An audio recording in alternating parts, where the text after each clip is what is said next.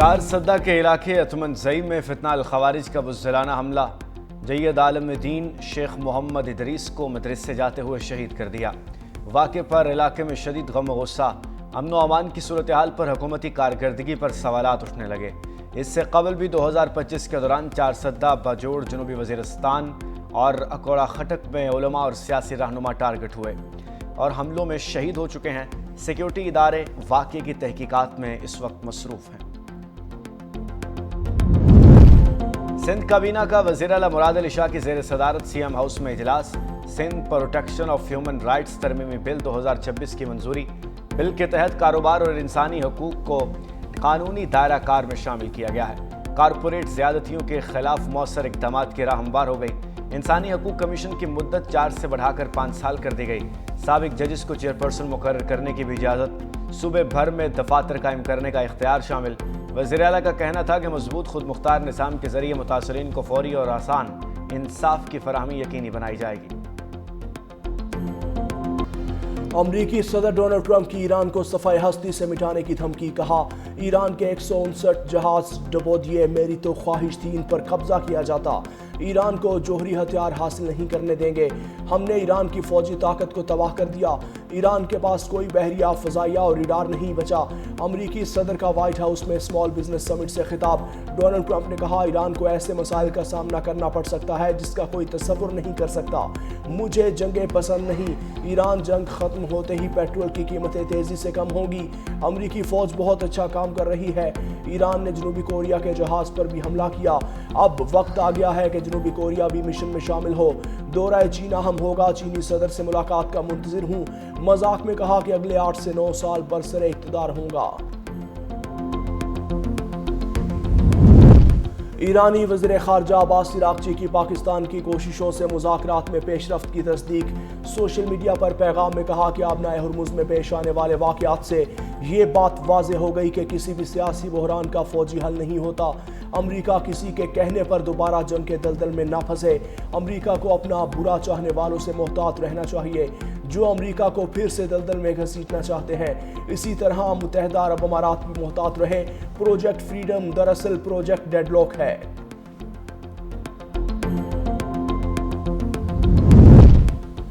سعودی عرب کا پاکستان کی ثالثی کی کوششوں کی حمایت کا اعلان۔ آبنائے ہرمز میں بحری آمد و رفت کی بحالی کا مطالبہ۔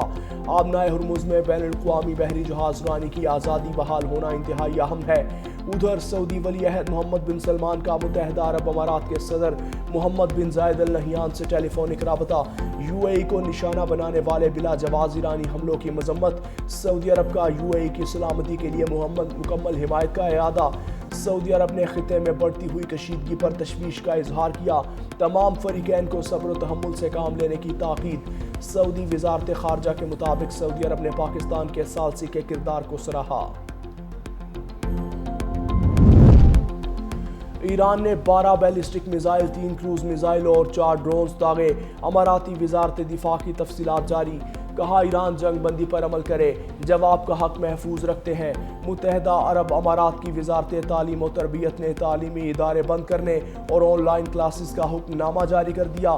اعلامیہ کے مطابق یہ فیصلہ طلباء، تدریسی اور انتظامی عملے کی سلامتی کو مد نظر رکھتے ہوئے کیا۔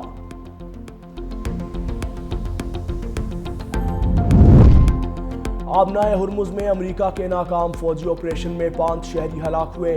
ایرانی سرکاری میڈیا کا کہنا ہے کہ آبنائے ہرمز میں امریکی فوج نے ایرانی نہیں سویلین کشتیوں پر حملہ کیا۔ کشتیاں سامان اور مسافروں کو لے کر جا رہی تھیں۔ امریکی فوج نے ایران کی 6 چھوٹی کشتیوں کو تباہ کرنے کا دعویٰ کیا تھا۔ پاسداران انقلاب کی بحری جہازوں کو وارننگ۔ ترجمان کا کہنا ہے بغیر اجازت بحری جہازوں کو طاقت سے روکیں گے۔ آبنائے ہرمز میں ناکہ بندی کی خلاف ورزی نہیں کرنے دیں گے۔ نیشنل سیکیورٹی کونسل کے سربراہ ابراہیم عزیزی کہتے ہیں، امریکی مداخلت کو جنگ بندی کی خلاف ورزی تصور کیا جائے گا۔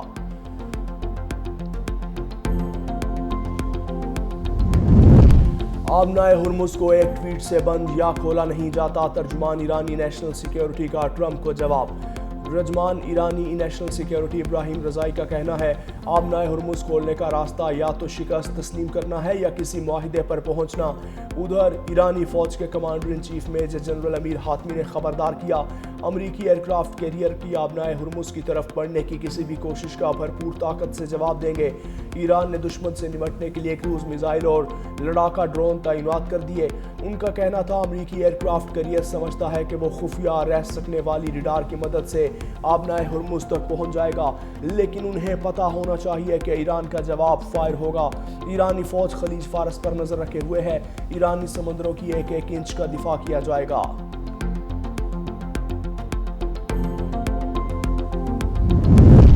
ایران کے یو اے ای پر حملے عالمی رہنماؤں کی شدید مذمت۔ فرانسیسی صدر مینول نے کہا کہ یو اے ای میں شہری تنصیبات پر ایرانی حملے بلا جواز اور ناقابل قبول ہیں۔ فرانسیسی صدر نے آبنائے ہرمز کو دوبارہ کھولنے کی ضرورت پر زور دیا۔ کہا خطے میں کشیدگی کے خاتمے اور استحکام کی بحالی کے لیے آزاد بحری آمد و رفت ناگزیر ہے۔ برطانوی وزیر اعظم کیئر سٹارمر کی یو اے ای پر ایرانی ڈرون حملے کی مذمت۔ کہا کشیدگی کو ختم ہونا چاہیے اور ایران کو بامقصد مذاکرات میں شامل ہونے کی ضرورت ہے۔ گلف میں اپنے شراکت داروں کے دفاع کی حمایت جاری رکھیں گے۔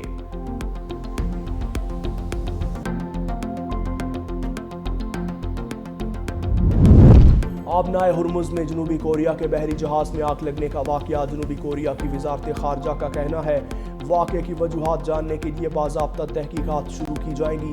تحقیقات کا آغاز بحری جہاز کو کسی قریبی بندرگاہ منتقل کیے جانے کے بعد ہوگا۔ بیان میں حادثے کی نوعیت یا عملے سے متعلق مزید تفصیلات فراہم نہیں کی گئیں۔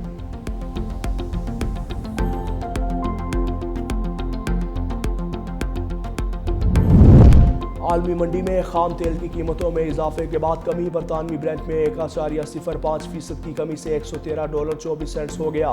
WTI 2% گر کر $104.29 ہو گیا۔ ماہرین کا کہنا ہے پاکستان میں شرح سود مزید بڑھنے کے خدشات ہیں۔ پاکستان سٹاک مارکیٹ میں اتار چڑھاؤ۔ 100 انڈیکس کی مندی تیزی میں تبدیل۔ 100 انڈیکس 225 پوائنٹس اضافے سے 1,64,174 پوائنٹس پر ٹریڈ۔ وائٹ ہاؤس کے قریب اہلکاروں پر فائرنگ۔ جوابی کارروائی میں حملہ آور زخمی۔ فائرنگ کے واقعے کے بعد کے لیے لاک ڈاؤن لگایا گیا۔ پورے علاقے کو سیکیورٹی حصار میں لیا گیا۔ واقعے سے کچھ ہی دیر پہلے نائب صدر جے ڈی وینس کی گاڑیوں کا قافلہ اسی علاقے سے گزرا تھا۔ اس بات کا کوئی ثبوت نہیں ملا مشکوک شخص جے ڈی وینس کے قافلے تک پہنچنا چاہتا تھا یا نہیں۔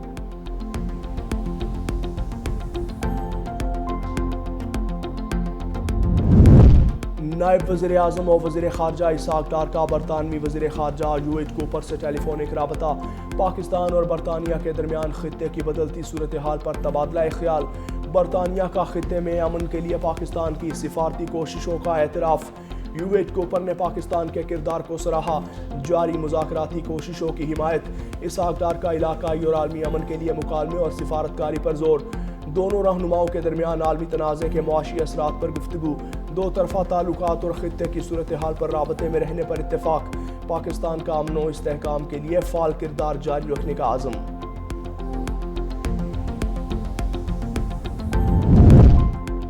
اگر ایران کی جنگ 2027 تک جاری رہی تو حالات مزید بدتر ہو جائیں گے۔ M D I M F Kristalina Georgieva نے کہا کہ عالمی مالیاتی ادارے کی پہلی کی گئی پیشگوئی موجودہ حالات کی مناسبت سے درست نہیں۔ آئی ایم ایف نے پہلے پیشگوئی کی تھی مہنگائی میں معمولی اضافہ ہوگا، لیکن صورتحال بدلتی جا رہی ہے اور حالات سنگین ہو رہے ہیں۔